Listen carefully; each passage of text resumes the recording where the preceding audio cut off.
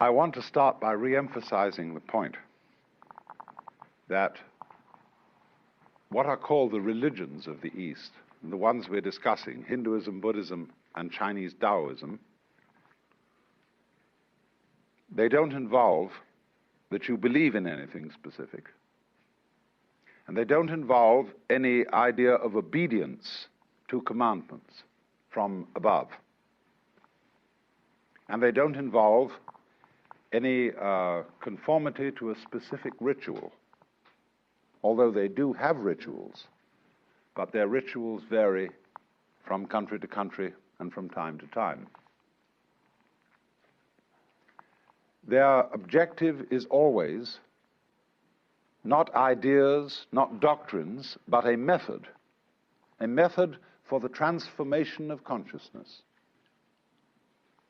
That is to say, for a transformation of your sensation of who you are. And I emphasize the word sensation because it's the strongest word we have for feeling directly.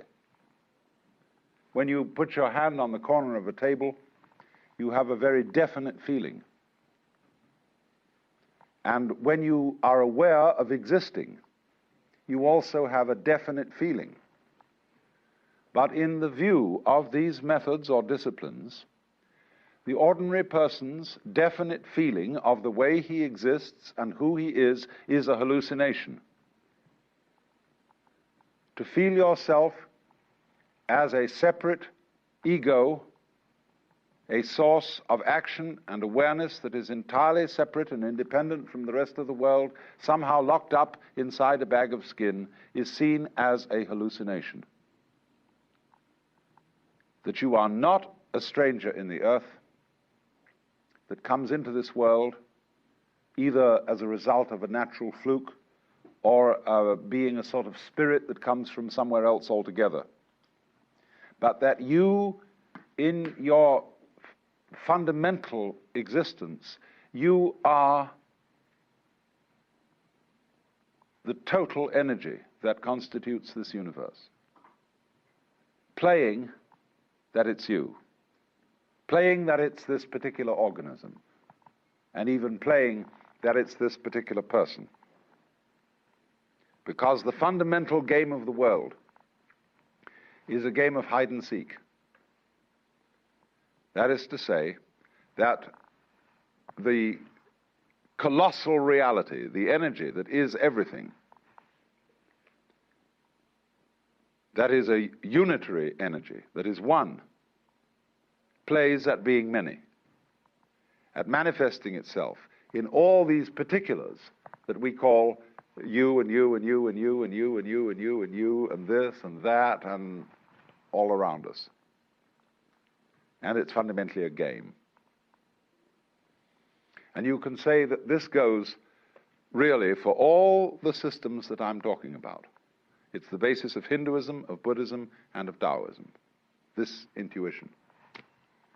Now, today we're going to talk about Buddhism. Buddhism is an offshoot of Hinduism. You could, in a way, call it a reform of Hinduism, or Hinduism stripped for export. It originates in northern India, close to the area that is now Nepal, shortly after 600 BC. There was a young prince by the name of Gautama Siddhartha who became the man we call the Buddha. Now, the word Buddha is not a proper name, it's a title. And it's based on the Sanskrit root Buddh, B-U-D-H, which means to be awake. And so you could say the Buddha is the man who woke up from the dream of life as we ordinarily take it to be and found out who he was, who he is. It's curious that this title was not something new. There was already in the whole complex of Hinduism the idea of Buddhas, of awakened people, and curiously, they are ranked higher than gods.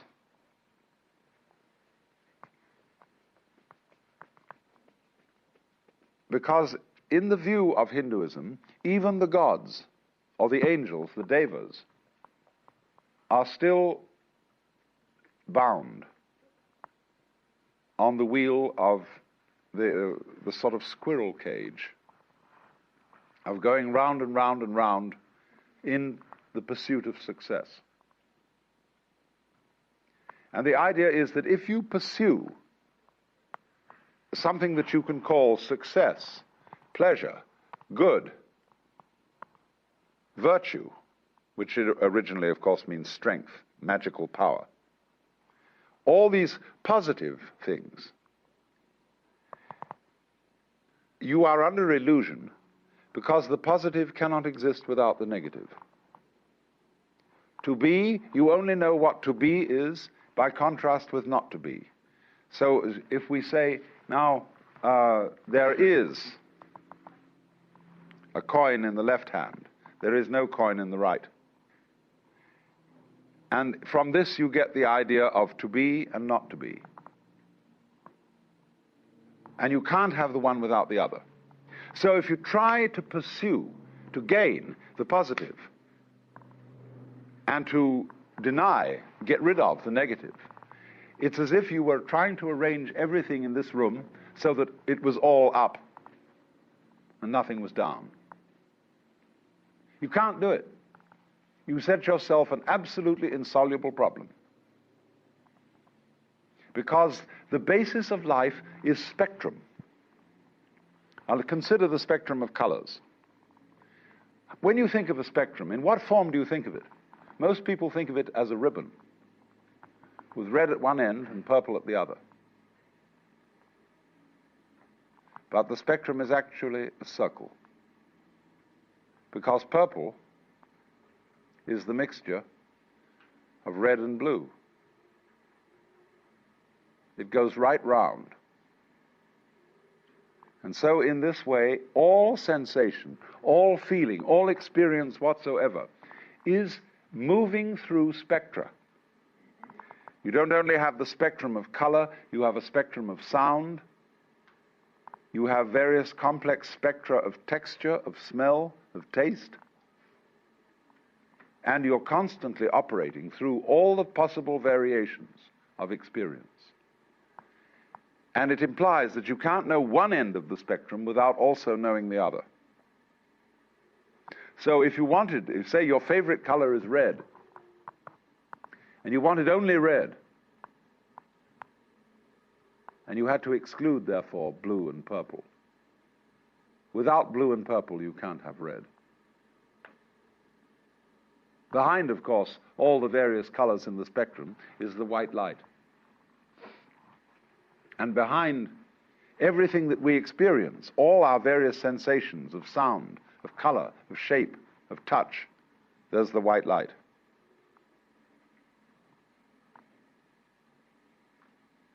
And I'm using the phrase, the white light, rather symbolically. I don't mean it literally. But there is common to all sensations what you might call the basic sense. And if you explore back into your sensations and reduce them all to the basic sense, you're on your way to reality, to what underlies everything, to what is the ground of being, the basic energy. And to the extent that you realize this and know that you are it, you transcend, you overcome, you surpass the illusion that you are simply John Doe, Mary Smith, or what have you. So then, the Buddha, as the man who woke up, is regarded as one Buddha among a potentiality of myriads of Buddhas. Everybody can be a Buddha. Everybody has in himself the capacity to wake up from the illusion of being simply this separate individual. The Buddha made his doctrine very easy to understand, because in those days there wasn't very much writing being done, and people committed things to memory. And so he put his doctrine or method in various formulae, which are very easy to remember, and I'm going to explain it in those terms so that you can remember it just as well. He, of course, practiced the various disciplines that were offered in the Hinduism of his time, but he found in a certain way that they had become unsatisfactory, because they had overemphasized asceticism, had overemphasized putting up with as much pain as you can. There was a feeling, you see, that if the problem of life is pain, let us suffer. And this is the root of the ascetics, you see, who lie on beds of nails, who hold a hand up forever and ever and ever, who eat only one banana a day, who renounce sex, who do all these weird things, because they feel that if they head right into pain and don't become afraid of it, but suffer as much pain as possible, they will, by this method, overcome the problem of pain. And they will set themselves free from anxiety. There's a certain sense in that, as you can obviously see. Supposing, for example, you have absolutely no fear of pain. You have no anxieties. You have no hang-ups. How strong you would be. Nobody could stop you. You would have ultimate courage. But the Buddha was very subtle. He is really the first historical psychologist, the great psychologist, psychotherapist. He is very subtle, because he saw that a person who is fighting pain, who is trying to get rid of pain, is still really fundamentally afraid of it. And therefore, the way of asceticism is not right. Equally, the way of hedonism, of seeking pleasure, is not right. So the Buddha's doctrine is called the middle way, which is neither ascetic nor hedonistic. So it's summed up in what are called the Four Noble Truths. And the first is called dukkha.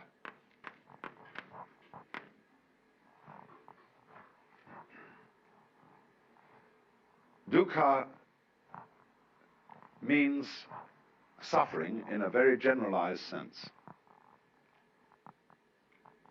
You could call it chronic frustration. And it is saying that life as lived by most people is dukkha. Is an attempt, in other words, to solve insoluble problems. Try to draw a square circle. You can't, because the problem itself is meaningless. Try to arrange the things in this room so that they're all up and none of them down. It is meaningless. Such a problem cannot ever be solved. So try to have light without dark, or dark without light. It can never be solved. So the attempt to solve problems that are basically insoluble, and to work at it through your whole life, that is dukkha. Now, he went on to analyze this, that there are what he called 3 signs of being. The first is dukkha itself, frustration. The second is anitya.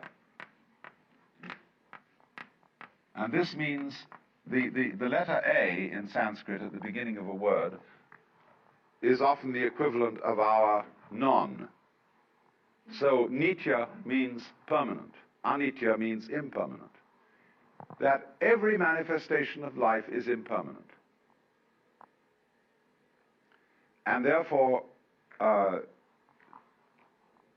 quest to make things permanent, to straighten everything out, to get it fixed, is an impossible and insoluble problem. And therefore, we experience dukkha, or this sense of fundamental pain and frustration, as a result of trying to make things permanent. And the third sign of being is called anatman. Now, you know from my talk on Hinduism that the word atman means self. Anatman means, therefore, non-self. That there is in you no real ego. Now, I've explained that already. I've explained, in talking about Hinduism, that the idea of the ego is a social institution. It has no physical reality. It is simply, the ego is your symbol of yourself. Just as the word water is a noise which symbolizes a certain liquid reality, so the idea of the ego, the role you play, who you are, is not the same as your living organism. Your ego has absolutely nothing to do with the way you color your eyes, shape your body, circulate your blood.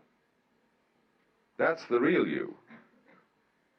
But it's certainly not your ego, because you don't even know how it's done from the standpoint of your conscious attention. So the idea of anatman is firstly that the ego is unreal. There isn't one.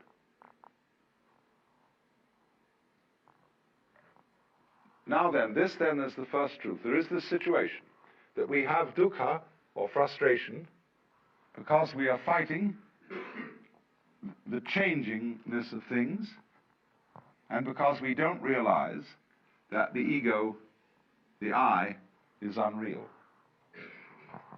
The second of the Four Noble Truths is then called Trishna.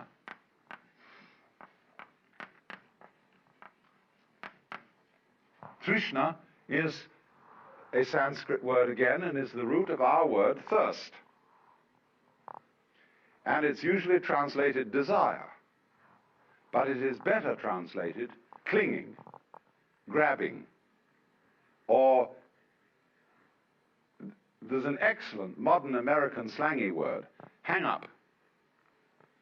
That is exactly what Trishna is, a hang up.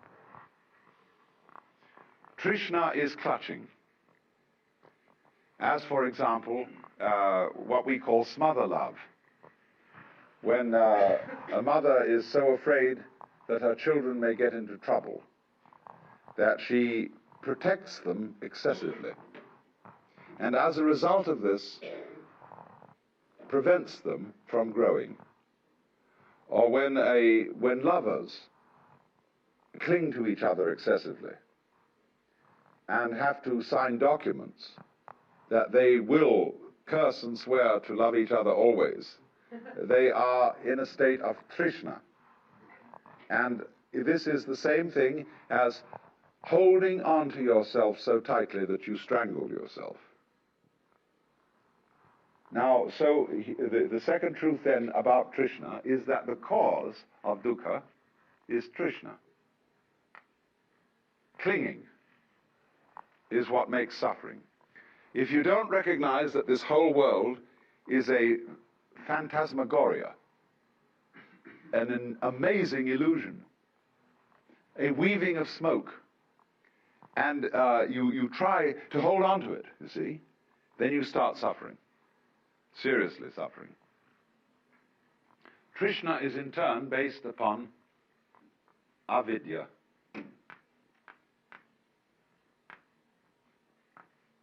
The same negative, vidya, from the root vid, means knowledge, as in the Latin video and the English vision. Avidya, therefore, is ignorance. Gnosis, gna, means, of course, to know. Knowledge is the same thing as gnosis in Greek. To know. So this is not to know, to ignore, to overlook. And I explained in the first talk in this series how we ignore all kinds of things because we notice only what we think noteworthy. And therefore our vision of everything is highly selective. We pick out certain things and say that's what's there, just as we select and notice the figure rather than the background. Sometimes I draw this on the blackboard and ask the question, what have I drawn? What would you say? What have I drawn? The circle. Any other suggestions? Yeah, you're getting the point. I've drawn a wall with a hole in it, you see. But ordinarily, you've been reading my books. But ordinarily people see the ball, the circle, the ring or whatever, and never think of the background because they ignore the background. Just as one thinks that you can have pleasure without pain. You want pleasure of the figure and don't realize that pain is the background. So avidya is this state of restricted consciousness, restricted attention, that moves through life unaware of the fact that to be implies not to be, and vice versa. So now the third noble truth is called nirvana.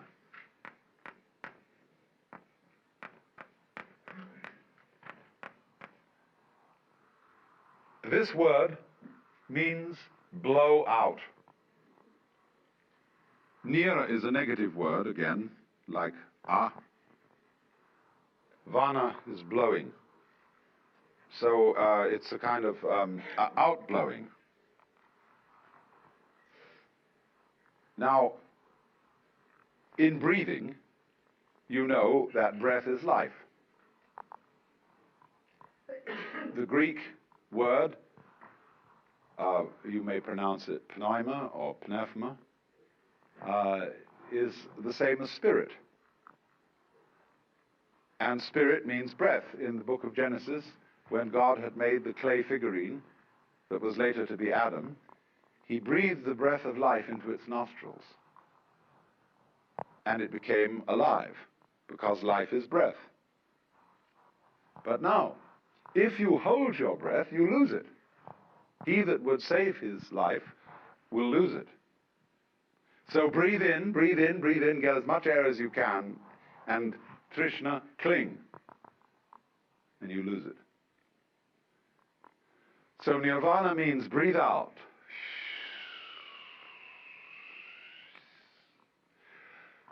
What a relief that was. The sigh of relief. Let it go. Because it'll come back to you if you let it go. But if you don't let it go, you'll just suffocate. So a person in the state of nirvana is what we might call a blown out person. Like blow your mind. Let go. Don't cling. And then you're in the state of nirvana. And I re-emphasize the point. This is not, I'm not preaching, see? I'm not saying this is what you ought to do. I'm simply pointing out a state of affairs that is so. There's no moralism in this whatsoever. It's simply pointing out, like, if you put your hand into the fire, you'll get burned. You can get burned if you want to. That's okay. But if it so happens that you don't want to get burned, you don't put your hand in the fire. So in the same way, if you don't want to be in a state of anxiety all the time, and again I emphasize, if you like to be anxious, it's perfectly all right. If that's, see, Buddhism never hurries anyone on. They say, you've got all eternity through which to live in various forms. And therefore, you don't have just one life in which you've got to avoid eternal damnation. You can go running around the wheel in the rat race and play that game just as long as you want to, so long as you think it's fun. But if there comes a time when you don't think it's fun, you don't have to do it. So I wouldn't say to anyone who disagrees with me and who says, well, I think we ought to engage the forces of evil in battle and put this world to right and so on and so forth and arrange everything in this world so that it's all up. Try it, please.